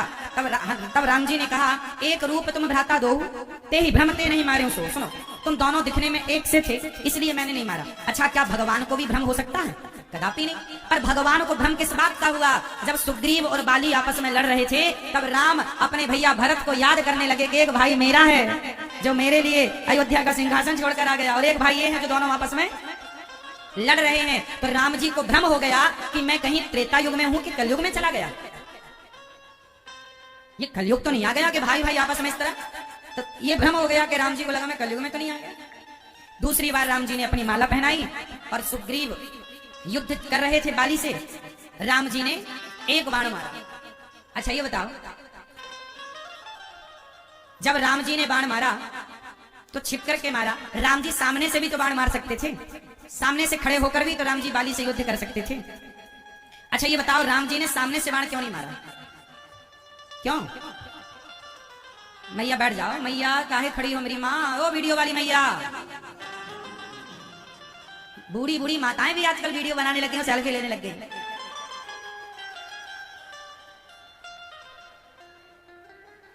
ये रोग मैयाओं को भी लग गया। नहीं। सुनो, एक बात बताओ मेरी माँ, क्या राम जी बाली को सामने से नहीं मार सकते थे? आमने सामने से। कहते हैं कि बाली के सामने जो खड़ा हो जाता था, बाली की आधी शक्ति, सामने वाले की आधी शक्ति बाली पे चली जाती थी, ऐसा सुनने में आता है। अब भगवान चाहते मारना तो शक्ति आ भी जाती तो क्या हो जाता? भगवान के तो संकल्प से काम हो जाता है। तो राम जी की शक्ति बाली पर चली जाती, ये बात ठीक नहीं लग रही है। भगवान है ना, भगवान की शक्ति थोड़ी कोई चुरा सकता है। अच्छा, राम जी ने तो देखो, बाली अपने आप में, हमारे गुरुजी कहा करते थे कि बाली अपने आप में इतना शक्तिशाली था कि रावण जैसों को कांख में दबाए रखता था। उसे किसी की आधी शक्ति लेने की जरूरत नहीं पड़ती थी। ये तो सुनी गई बातों से ये बात चल पड़ी कि बाली के पास ऐसी कोई वरदान था कि सामने वाले की ताकत आ जाए। ऐसा कहीं लिखा हुआ, ये दास ने तो नहीं पाया, कहीं लिखा हो तो अलग विषय है।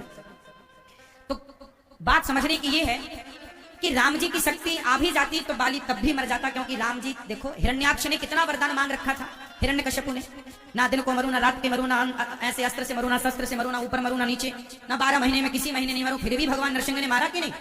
तो भगवान के आगे चतुराई किसकी चलती है? तो बाली की चतुराई चल नहीं सकती थी। राम चाहते तो सामने से मार देते। अच्छा, राम जी के सामने एक समस्या थी। समस्या ये नहीं थी कि बाली कि राम जी की शक्ति बाली पे चली जाती, समस्या कुछ और थी। समस्या ये थी कि यदि राम जी बाली के सामने खड़े होते, बहुत ध्यान से सुनिएगा, यदि राम जी धनुष बाण लेकर के बाली को मारने बाली के सामने खड़े होते तो बाली क्या करता जानते हो? बाली तुरंत दौड़कर राम जी की शरण में आ जाता, क्योंकि बाली और राम जी की कोई दुश्मनी तो थी ही नहीं। क्या राम जी की बाली से कोई दुश्मनी थी? कोई विवाद था? एक दूसरे को जानते भी नहीं थे, पहली बार मिलना हो रहा है। जब राम जी की बाली से कोई दुश्मनी थी नहीं, बाली की दुश्मनी राम से नहीं है, तो बाली राम जी के चरण में चला जाता, प्रभु आप मुझे क्यों मार रहे हैं, मैं तो आपका हूँ। अच्छा एक बात बताओ, यदि बाली राम जी की शरण में आ जाता तो क्या राम जी बाली को मारते? क्योंकि राम जी का दूसरा वचन है कि सन्मुख हो ही जीव मही जबहि, यदि प्राणी मेरे सन्मुख आ जाए तो वो कितना भी बड़ा पापी हो, कोटि विप्र बद लागे जाहू, आए शरण तजिए नहीं ताहू, करोड़ों ब्राह्मणों की हत्या करने वाला पापी भी शरण में आ जाए तो राम जी कहते हैं कि मैं उसका त्याग राम जी का दूसरा वचन है कि जो मेरी शरण में आता है मैं कभी उसका त्याग नहीं करता। यदि बाली राम जी की शरण में आ जाता तो फिर राम जी बाली को ना मारते, नहीं मारते ना, क्योंकि राम जी का वचन है कि शरण में आए हुए को मैं मारता नहीं हूं। अच्छा एक बात बता, यदि बाली शरण में आ जाता राम जी की और राम जी उसे ना मारते तो फिर सुग्रीव को दिया गया वचन झूठा हो जाता कि नहीं? सुग्रीव को कौन सा वचन दे चुके हैं कि सुनो सुग्रीव मारी हूं बाल ही एक ही बार मैं बाली को मारूंगा। यदि राम जी बाली को नहीं मारते, वो शरण में आ जाता, तो सुग्रीव क्या बोलता? अच्छा राम जी ने हमें धोखा दे दिया, राम जी ने हमें। फिर सुग्रीव राम जी पर कौन सा आरोप लगाता कि इन्होंने तो मित्रता को कलंकित कर दिया, अपने मित्र को वचन दिया था मारूंगा और मारा नहीं, तो फिर मित्रता पे उंगली उड़ जाती। हाँ या ना? बात समझ में आ रही है? राम जी दोनों तरफ से फंस गए। यदि मारते हैं तो शरण में आए हुए को मार नहीं सकते, यदि बाली शरण में आता है तो, और नहीं मारते तो सुग्रीव कहेगा कि लो आपने वचन दिया था अपने मित्र को और देखो लगता है आपने बाली से हाथ इसलिए मिला लिया क्योंकि बाली ज्यादा शक्तिशाली है, आपकी पत्नी को ढूंढने में बाली ज्यादा मदद कर देगा। तो सुग्रीव सबसे ऐसा कहता तो कौन मुंह पकड़ता?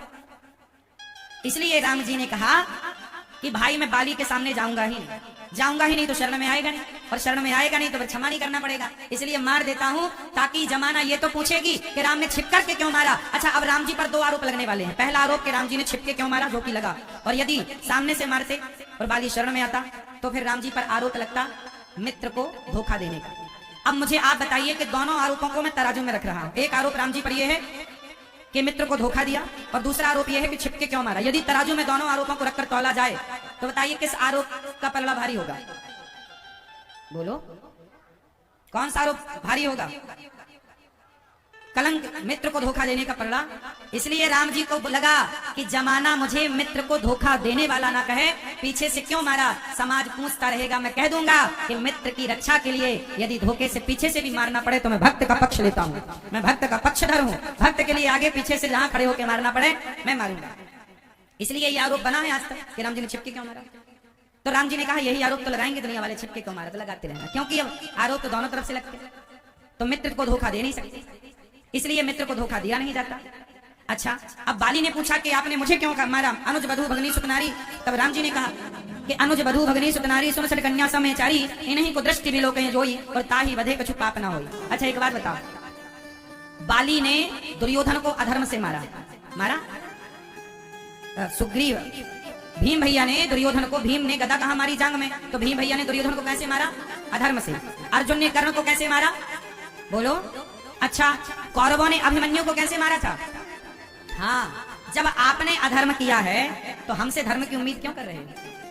तो राम जी ने बाली से कहा, बाली तुम ही बताओ क्या अपने भाई की पत्नी को रख लेना धर्म है? तुमने अपने भाई सुग्रीव की पत्नी को रख लिया, क्या ये धर्म है? तो बाली बोला मैं तो बंदर हूं, और बंदर का क्या धर्म, बंदर तो बंदर है। तब राम जी बोले ना, तुम सामान्य बंदर नहीं हो, तुम सामान्य बंदर होते तो तुम्हें माफ किया जा सकता था।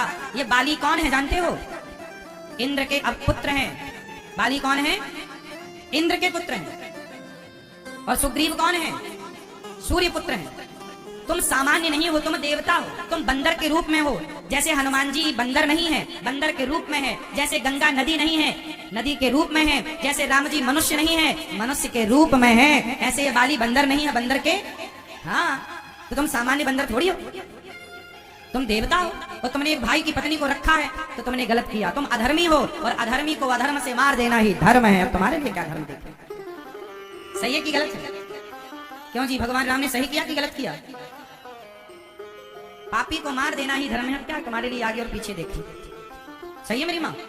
तो कई बार अधर्म भी धर्म बन जाता है। बाली को मारना धर्म बन गया कई बार। अब जैसे भगवान कृष्ण ने धर्मराज युधिष्ठिर से कहा कि कह दो कि अश्वत्थामा मारा गया, जबकि अश्वत्थामा मारा नहीं गया था। कई बार झूठ बोलना भी धर्म बन जाता है। अश्वत्थामा नाम के हाथी को मार दिया गया, कह दिया धर्मराज ने कि अश्वत्थामा मारा गया, नरोवा कुंजरोवा। अब हाथी है कि आदमी, अब आप जानो। कुल मिलाकर के आपसे मैं ये कहूं कि धर्म की बारीकी समझने के लिए बहुत गूढ़ अध्ययन करना पड़ता है। कई बार सच बोलना धर्म तो है, पर कई जगह झूठ बोलना। जैसे कहते हैं कि गाय एक कसाई के हाथ से छूट गई, कसाई के हाथ से कौन छूट गई? और गाय आपके आगे से निकल गई।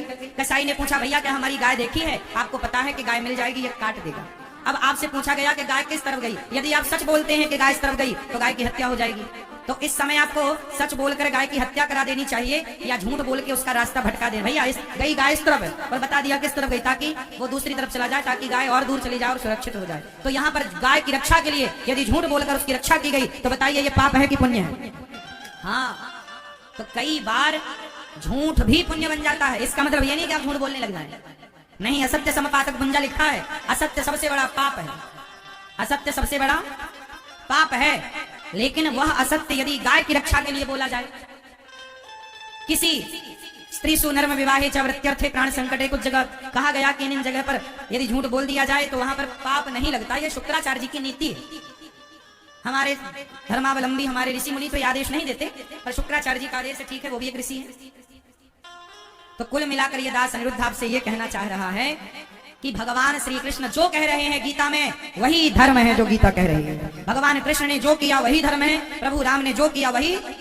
इस पर कोई सवाल, कोई किंतु परंतु यदि है तो मैंने इतने सारे किंतु परंतु करके आपको समझाया, इसलिए ताकि जीवन में कभी किंतु परंतु खड़ा हो तो क्लियर रहे। भगवान ने, व्यास जी महाराज ने 17 पुराण लिखकर 18वां पुराण महाभारत से जब हुआ स्टार्ट, अश्वत्थामा ने द्रौपदी के 5 पुत्रों की हत्या कर दी, 5 के सिर काट दिए। और 5 के सिर जब काटे गए तो द्रौपदी को जब पता लगा, दुर्योधन ने देखा 5 का सिर, ये तो पांडवनी पुत्र है। दुर्योधन पहले सुखी हुआ कि पांडव मर गए, बाद में दुख हुआ कि ये पांडवनी पुत्र है, हमारा वंश नष्ट कर दिया। उस सुख दुख की संधि में दुर्योधन की मृत्यु हो गई। दुर्योधन तब मरता जब पहले उसे सुख होता, और जितना सुख हुआ उतना ही उसे दुख होता, तब मरता। तो पांडव मारे गए, इस बात की खुशी हुई। बाद में पता चला ये पांडव नहीं, पांडव पुत्र हैं, इस बात का दुख हुआ। उसी सुख दुख की संधि में दुर्योधन की मृत्यु हो गई। अच्छा, जब माता द्रौपदी को पता चला कि 5 पुत्र मारे गए, अर्जुन ने अश्वत्थामा को पकड़ना चाहा, ब्रह्मास्त्र चलाया। भगवान की शरण में बिना देर लगाए अर्जुन ने कहा कि हे श्याम सुंदर, कृष्ण कृष्ण महाबाहो भक्तानाम भयंकर, त्वमेको दह्यमानाना मपवर्गोऽसि संस्रते। हे प्रभु, हे कृष्ण कृष्ण, हे प्रभु, देखिए अश्वत्थामा ने ब्रह्मास्त्र चला दिया, प्रभु रक्षा कीजिए। भगवान ने कहा अश्वत्थामा ने चलाया तो आप भी चलाओ, आप भी चलाओ। अर्जुन ने ब्रह्मास्त्र चलाया तो भगवान ने दोनों ब्रह्मास्त्रों को शांत कर दिया। अश्वत्थामा को पकड़कर द्रौपदी के सामने खड़ा किया। द्रौपदी, ये आपके पुत्र का हत्यारा है, बताओ क्या दंड दें? द्रौपदी बोली इसे छोड़ दो। द्रौपदी कहती है छोड़ दो। क्यों छोड़ दें? क्योंकि ये गुरु पुत्र है, और गुरु पुत्र गुरु तुल्य होता है। आत्मा वही जायते पुत्र, गुरु पुत्र है तो गुरु पुत्र है, इसलिए इसे नहीं मारना चाहिए। तब भगवान से पूछा गया क्या करें? तब भगवान ने कहा ब्रह्म बंधुर्न हंतव्य आततायी बधारण मयैवो भयमां नातं परिपायनुशासनम्। भगवान कहते हैं ब्राह्मण को कभी मारना नहीं चाहिए और आताताई को कभी छोड़ना नहीं चाहिए। अश्वत्थामा जाति से तो ब्राह्मण है, गुरु द्रोणाचार्य के पुत्र हैं, कर्मों से आताताई, इसलिए मार भी दो और छोड़ भी दो। क्या करें? अच्छा एक बात बताएं, अपने से बड़ों का यदि आप अपमान करते हैं तो बताओ अपमान क्या है? मैया, ओ मैया, अपमान मतलब क्या? आपने किसी का अपमान कर दिया मतलब मार दिया। अपमान भी मृत्यु से कम नहीं होती। किसी को मारना है तो आप उसका अपमान कर दीजिए, वो मर गया। जरूरी नहीं है कि आप गला ही काटें, अपमान कर देना भी मृत्यु दंड ही है। क्यों मैया? चश्मा वाली मैया, हो गई पंचायत। अच्छा ये बताओ, अपमान कर देना मार देने के बराबर है या नहीं? इसलिए कभी अपमान नहीं करना चाहिए अपने माता का, अपने पिता का, अपने गुरु का, अपने से बड़ों का कभी अपमान करने से बचो। अश्वत्थामा के सिर की मणि निकालकर और अश्वत्थामा को अपमानित करके निकाल दिया। द्रौपदी कह रही है कि इसे छोड़ दो। धन्य है द्रौपदी मैया। द्रौपदी एक माँ है, और माँ कौन होती है? गोस्वामी जी कह रहे हैं दया, दया धर्म का मूल है, पाप मूल अभिमान, तुलसी दया न छोड़िए जब तक घट में प्राण। दया धर्म का मूल है, दया ही धर्म है। इसलिए मेरी माँ दया करो। क्या करो? क्या करो? द्रौपदी भगवान की बहन है, भगवान ऐसे ही थोड़ी बहन बना लेते हैं। द्रौपदी माँ के भीतर दया भरी पड़ी है। 5 बेटे मर गए द्रौपदी के, और कह रही है अश्वत्थामा को छोड़ दो। बताओ जरा, आपके बेटे का हत्यारा सामने खड़ा हो तो कौन छोड़े उसको? लेकिन द्रौपदी के अंदर दया, कहते ना धीरज धर्म मित्र और नारी आपतकाल परखिए चारी। धीरज धर्म, धर्म की कसौटी जब हम कसते हैं तो धर्म की कसौटी में आप खरे उतरते हैं, ये कब पता लगेगा? आपतकाल। धर्म, आप धर्मात्मा हैं कि नहीं, कब पता लगेगा? जब विपत्ति आपतकाल आएगा। तो द्रौपदी के 5 पुत्र मर गए और फिर भी वो हत्यारे को छोड़ने की कह रही हैं ऐसा, इसका मतलब उनके अंदर नेचुरल दया है। क्या है? आजकल के लोगों के अंदर ना दया नहीं है। आप में से कितने लोग दयावान हैं जिनके अंदर दया है? हाथ उठाओ। दया है? अच्छा है, हम आपको प्रणाम करते हैं। अच्छा, आप लोग अंडा वगैरह खाते हो और मांस, मुर्गी, मछली, क्यों भैया आप खाते हो? अंडा, मछली, मुर्गी, बकरा, बकरी आप खाती हो भैया? अंडा? पीछे वाले टोपा वाले भैया अंडा खाते हो? हाँ? दादाजी टोपा वाले खाते हो? मुर्गी भी खाते हो? केवल अंडा? तो अंडा खाना सही है? बताओ। हैं? कुछ लोग कहते हैं अंडा भी शाकाहारी है। अरे अंडा तो मुर्गी का गर्भ है। क्या है? बच्चा है, अभी कंप्लीट नहीं हुआ। अब सोचिए किसी स्त्री के बच्चे को जो अभी कंप्लीट नहीं हुआ कोई निकाल कर खा जाए, कितना बड़ा पाप है। तो अंडा तो मुर्गी का बच्चा है ना, जो अभी प्रोसेसिंग चल रही है, पूरा प्रोसेस नहीं हुआ, बच्चा नहीं बना अभी, आपने खा लिया तो वो पाप हुआ ना। इसलिए देखो, दया किसे कहते हैं? दया का मतलब है हम सनातनी लोग हैं, हम इतने दयावान हैं कि हम लोग अपनी चींटी को भी, आसपास मैया चींटी को भी आटा डालती है, चिड़िया को दाना डालती है। हम भारत के लोग इतने दयावान हैं। हमारे यहाँ एक त्योहार आता है नाग पंचमी। क्या होता है नाग पंचमी को? किसे दूध पिलाते हैं? अब बताइए, पूरी दुनिया में एक हिंदू सनातनी ऐसा है जो विष उगलने वाले नाग को भी दूध पिलाने का प्रयास करता है। दूध, इतनी दया। यही सनातन धर्म की सुंदरता है। हम इतने दयावान लोग हैं कि जहर उगलने वाले सांप को भी हम दूध पिलाते हैं और उसका त्योहार मनाकर पूजा करते हैं नाग पंचमी। हम सनातनी लोग चिड़िया को दाना डालते। पहली रोटी किसकी? गाय की। आखिरी रोटी? हाँ, हमारे द्वार पर कोई संत आ जाए, कोई भूखा आ जाए तो हम अपनी रोटी उसे देते हैं, भैया तुम खा लो, हम भूखे हैं, कोई बात नहीं। राजा रंती देव इतने दिनों से भूखे, पर उनके द्वार पर एक चांडाल आया तो उन्होंने अपना भोजन परोस दिया चांडाल को। खुद भूखे हैं कई दिनों से, महीनों से, और चांडाल का पेट भर रहे हैं। ऐसी दया यदि किसी के भीतर हो सकती है तो सनातन धर्म के लोगों के भीतर ही ऐसी दया हो सकती है। वरना दुनिया तो खून बहाकर त्योहार मनाती है अपने। हम हिंदू लोग, हमारी दीपावली आती है तो दीपक जलाए जाते हैं, हमारे यहाँ होली आती है तो रंग गुलाल लगाए जाते हैं, हमारे यहाँ कोई भी त्योहार आ जाए तो लड्डू बांट करके, मिठाई बांट करके, बतासा बांट करके, दीप जलाकर त्योहार मनाते हैं। हमारे किसी भी त्योहार में किसी जीव की हत्या नहीं होती है। हम लोग अहिंसा ही परमो धर्मः की बात करते हैं। हम लोग किसी की जान लेने वाले नहीं, बल्कि मरते हुए को बचाने वाले लोग हैं। हम तो चींटी भी पेट भर के खाए तो चींटी को भी आटा डाला जाता है। ये सनातन धर्म की शोभा है। हम सनातनी लोग इतने धर्मात्मा थे ना, हमारे भीतर क्या है? दया। चींटी के लिए दया, सांप के लिए दया। हमारे यहाँ पृथ्वीराज चौहान का नाम सुना होगा। पृथ्वीराज चौहान ने मोहम्मद गौरी को 16-17 बार क्षमा किया। कितनी बार? 17 बार हराया। चाहते हरा के गर्दन काट देते दुष्ट की, पर छोड़ दिया। जा 17 बार पृथ्वीराज चौहान ने मोहम्मद गौरी को छोड़ा। क्यों छोड़ा? क्योंकि हमारे भीतर क्या थी? लेकिन जब मोहम्मद गौरी ने पृथ्वीराज को पकड़ा तो उसने एक बार भी नहीं छोड़ा। हम इसलिए तो गुलाम हो गए साहब, क्योंकि हम जरूरत से ज्यादा दयावान हो गए। वरना क्या मजाल किसी की भारत को गुलाम बनाए। जरूरत से ज्यादा दयावान हो गए हम, इसलिए हम गुलाम हो गए। 700 साल, 500 साल मुगलों की और 200 साल अंग्रेजों की गुलामी। हाँ या ना? इसलिए साहब दया करनी चाहिए, पर दया उसके लिए करनी चाहिए जो दया का पात्र हो। जो दया का पात्र नहीं, उस पर कदापि दया ना करना, वरना नुकसान हो जाएगा। दया का पात्र भी तो हो, बात सही है। इसलिए क्या होनी चाहिए आपके अंदर? दया धर्म का मूल है, पाप मूल अभिमान। तुलसी दया न छोड़िए जब तक घट में प्राण। दया है। कभी गौरी गोपाल आश्रम आना वृंदावन, गौरी गोपाल आकर देखना कि वहाँ कितनी माताएं आनंद से रहती हैं। हमें भगवान ने सनातन धर्म में भेजा है, तो सनातन धर्म का मूल है दया। तो ये दास दया, आप लोग दया करते हो तो आप सब दयावानों के कारण गौरी गोपाल में 290 से अधिक वृद्ध माओं की सेवा हो रही है। आप दया करते हो, आप उन वृद्ध माओं को भोजन देते हो, आप उन माओं के लिए अपने हाथ आगे बढ़ाते हो। और आप जैसे दयावानों के बल पर ये प्रयागराज में भी गौरी गोपाल का अन्न क्षेत्र जो वृंदावन में चलता है, गौरी गोपाल जी की रसोई जो वृंदावन में अखंड चलती है, अभी भी चल रही है। अब वही गौरी गोपाल जी की रसोई वृंदावन से चल करके वहां भी चालू है और प्रयागराज पहुंच गई है गौरी गोपाल जी की रसोई। यहाँ भी सबको पेट भर भोजन मिल रहा है। गौरी गोपाल जी की रसोई यहाँ भी प्रयागराज जी में भी बट रही है।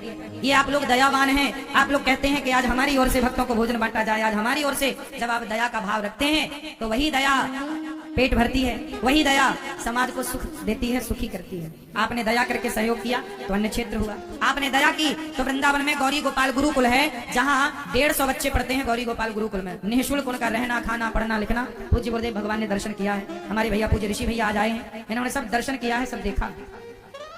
तो आप सबसे मेरी प्रार्थना है कि आप सब दयावान हैं, तो ये सारा दया से धर्म हो रहा है।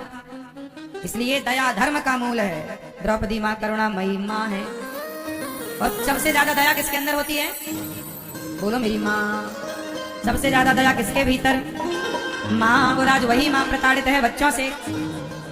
बच्चे निकाल देते हैं माँ को, तू कितनी अच्छी है, तू कितनी भोली है, ओ प्यारी प्यारी है, ओ माँ,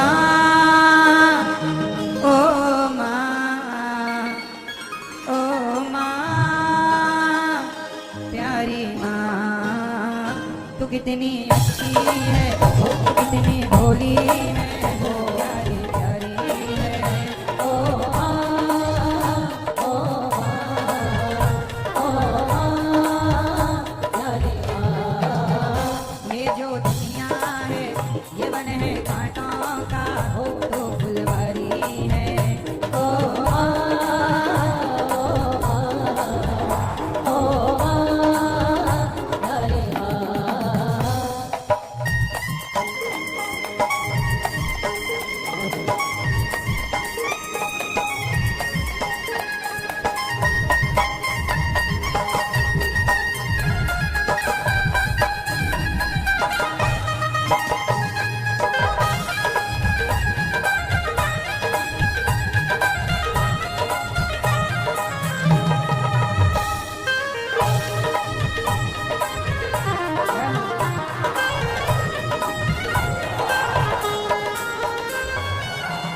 दुखन लागी है माँ तेरी अखियाँ, दुखन लागी है माँ तेरी अखियाँ। माँ की आंखें दर्द करने लग जाती हैं बच्चों के लिए जागते जागते, पर बच्चे पता नहीं माँ की ममता को समझ ही नहीं पाते। दुखन लागी है माँ तेरी अखियाँ, दुखन लागी है माँ तेरी अखियाँ। मेरे लिए जागी है तू, मेरे लिए जागी है तू, सारी सारी रतियाँ मेरी रतियाँ में, हो अपनी रतियाँ भी होने वाली है, ओ आ,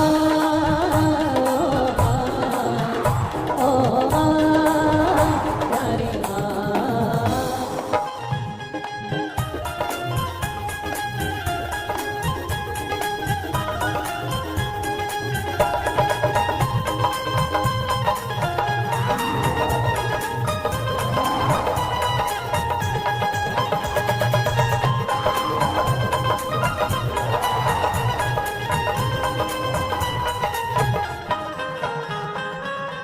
अपना नहीं तुझे सुख दुख कोई, अपना नहीं तुझे सुख दुख कोई। मैं मुस्काया तू मुस्काई, मैं रोया तू रोई, मेरे हंसने पे मेरे रोने पे हो तू बलिहारी है, ओ माँ, ओ माँ, प्यारी माँ।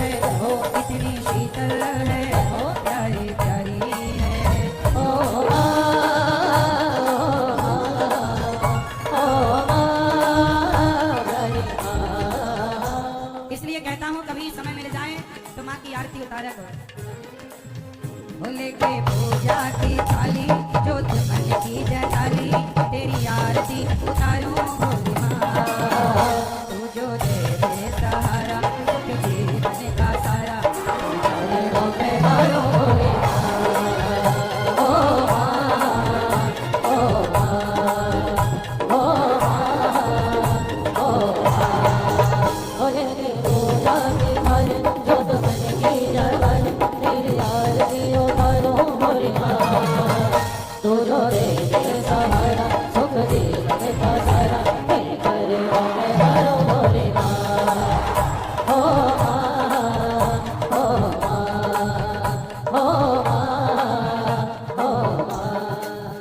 कभी माँ की आरती उतारा करो भक्तों।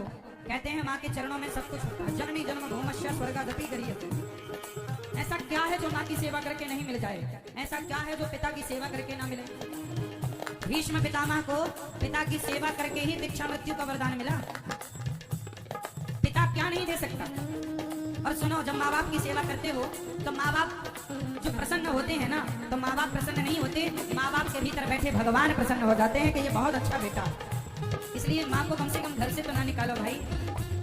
हाँ, ओ माँ ये मेरी क्या फिक्र तुझे क्यों आंख से दरिया बहता है। वो कहता थी तेरे चांद हूँ मैं और चांद हमेशा रहता है।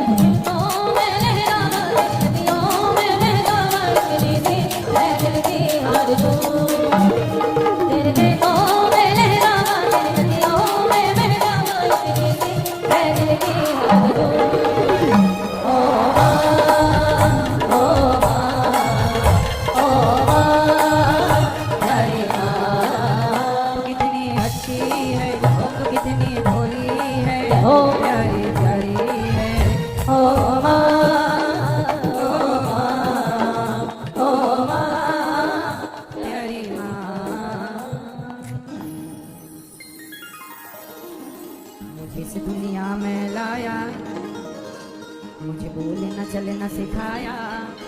ओ माता पिता तुम्हें वंदन, मैंने किस्मत से तुम्हें पाया। पूजा है तुझको पूजेंगे हरदम, माँ के ही अर्पण है ये मेरा जीवन। मेरी माँ एक मंदिर है और ममता पूजा है। एक वो ही भगवान है और कोई ना दूजा है। ये मेरी कहानी है, प्यारी जिंदगानी है। आज हूँ मैं जो कुछ भी, मेहरबानी तेरी है। तेरे जीवन में खुशियाँ तमाम आएंगी, तेरे जीवन में खुशियाँ तमाम आएंगी। ले ले माँ की दुआएं तेरे काम आएंगी। माँ ही मंदिर माँ ही पूजा, ओ माँ से बढ़कर कोई न दूजा। माँ ही मंदिर, क्या ये धरती, क्या ये अंबर, क्या ये अंबर, क्या ये धरती माँ की तुलना हो नहीं सकती। बड़े बड़े ज्ञानी कहते हैं माँ का रुतबा सबसे ऊंचा। माँ ही मंदिर, माँ से बड़ा कोई है? तेरी उंगली पकड़ के चला, ममता के आंचल में पला।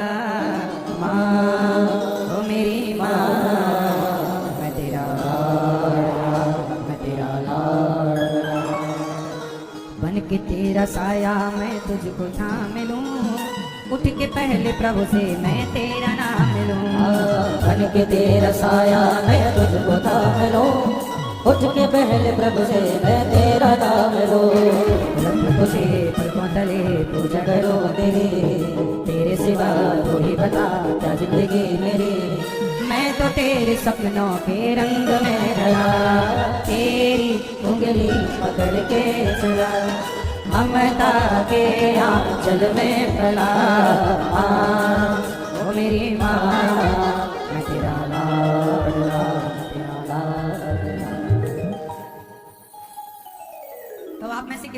की उंगली पकड़कर चले हैं, तो अब माँ की उंगली छोड़ तो ना दोगे ना, पुत्र धर्म निभाओगे ना।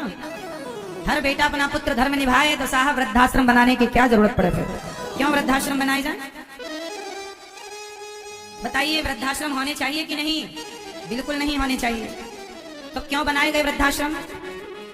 जब बेटे ने घर से निकाल ही दिया। एक गौरी गोपाल आश्रम में माताएं रहती। एक बार हमने एक बेटे को फोन लगाया, ए भैया तुम्हारी माँ वृद्धाश्रम में आई है, क्या दिक्कत है घर में? माँ ने बताया कि महाराज जी घर में सब बढ़िया है, 50-50 हजार के कुत्ते रखे हैं बेटों ने, घर में 50 हजार का कुत्ता है, उसकी व्यवस्था है, उसके लिए महंगे महंगे बिस्किट हैं, लेकिन अपनी माँ के लिए 2 रोटियां। मैंने बेटे को फोन लगाया, क्यों भाई अपनी माँ को क्यों नहीं रखते? बेटे ने कहा महाराज हमारी माँ तो हमारे लिए मर गई। हमने कहा भाई मरी नहीं है, मेरे सामने खड़ी है, जिंदा है। बोले हमारे लिए मर गई। हमने कहा क्यों मर गई? क्या माँ ने कभी कहा बच्चे से कि मेरे लिए बेटा मर गया? कभी नहीं कहती माँ। पता नहीं बच्चे आज की हवा कैसी चल पड़ी कि आजकल माँ बाप को ही बच्चे अपने माँ बाप को ही घर से निकाल दे रहे हैं और उनका अपमान स्वयं कर रहे हैं। मेरी आपसे यही विनती और प्रार्थना है, किसी भी परिस्थिति में अपने माँ का अपमान ना हो, अनादर ना हो। जब वो माँ रोती रोती मेरे से बोली कि बेटा देखो मेरा बेटा कह रहा है माँ मर गई, अब बताओ कौन मुझे रोटी देगा, कौन मुझे स्थान देगा? जब बेटा ही अपना ना हो सका तो रिश्तेदारों के यहाँ मैं कैसे जाऊं और कितने दिन कोई मुझे रखेगा? जब उन माओ की ये जरूरत दास अनिरुद्ध ने देखी तो भगवान ने प्रेरणा दी और बिहारी जी की करुणा कृपा से गौरी गोपाल आश्रम बना, जहाँ 290 से ज्यादा बेसहारा वृद्ध माँ को आश्रय मिला।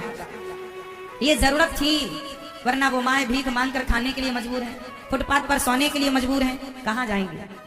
सबकी सेवा तो हम नहीं कर सकते ना भक्तों, पर जितनों की हम कर सकते हैं उतनों की तो करें।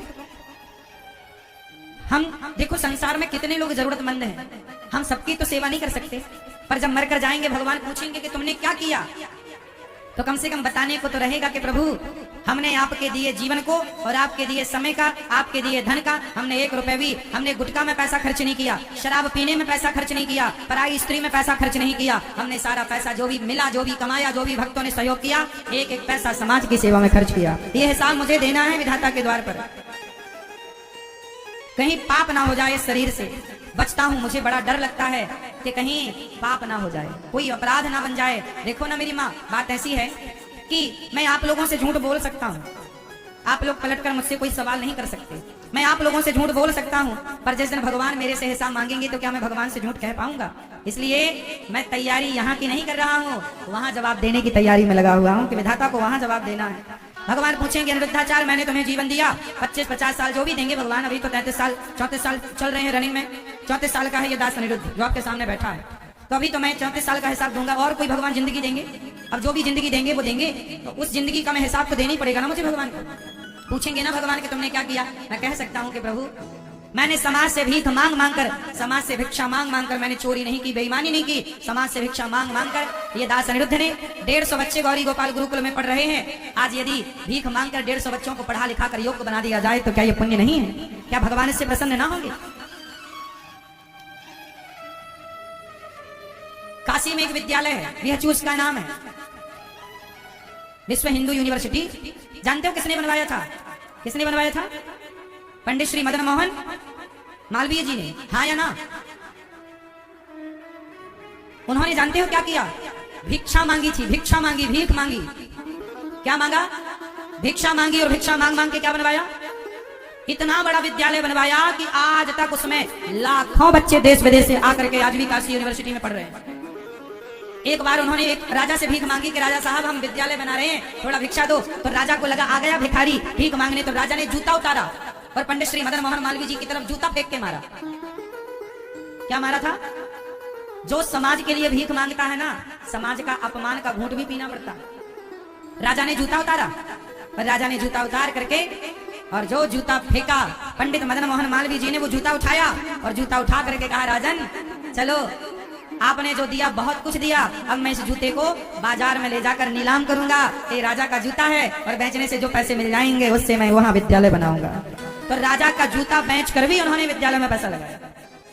ये उनके जीवन काल की सच्ची घटना बोल रहा हूँ। तो दास अनिरुद्ध भी उसी रास्ते पर चला, पंडित मदन मोहन मालवीय जी के रास्ते पर, कि उन्होंने भीख मांग मांग करके एक विद्यालय बनाया। तो दास अनिरुद्ध ने भी कोशिश की और आज गौरी गोपाल गुरुकुल में 150 बच्चे पढ़ रहे हैं। आप सबके सहयोग से, आप सबके सहयोग से वृंदावन में एक बहुत बड़ी रसोई चल रही है। कोई भी आओ वृंदावन, कभी भी आना, प्रसाद पाने गौरी गोपाल जी की रसोई में आना। आप में से कितने लोग वृंदावन आए और गौरी गोपाल जी की रसोई में प्रसाद किस किसने पाया?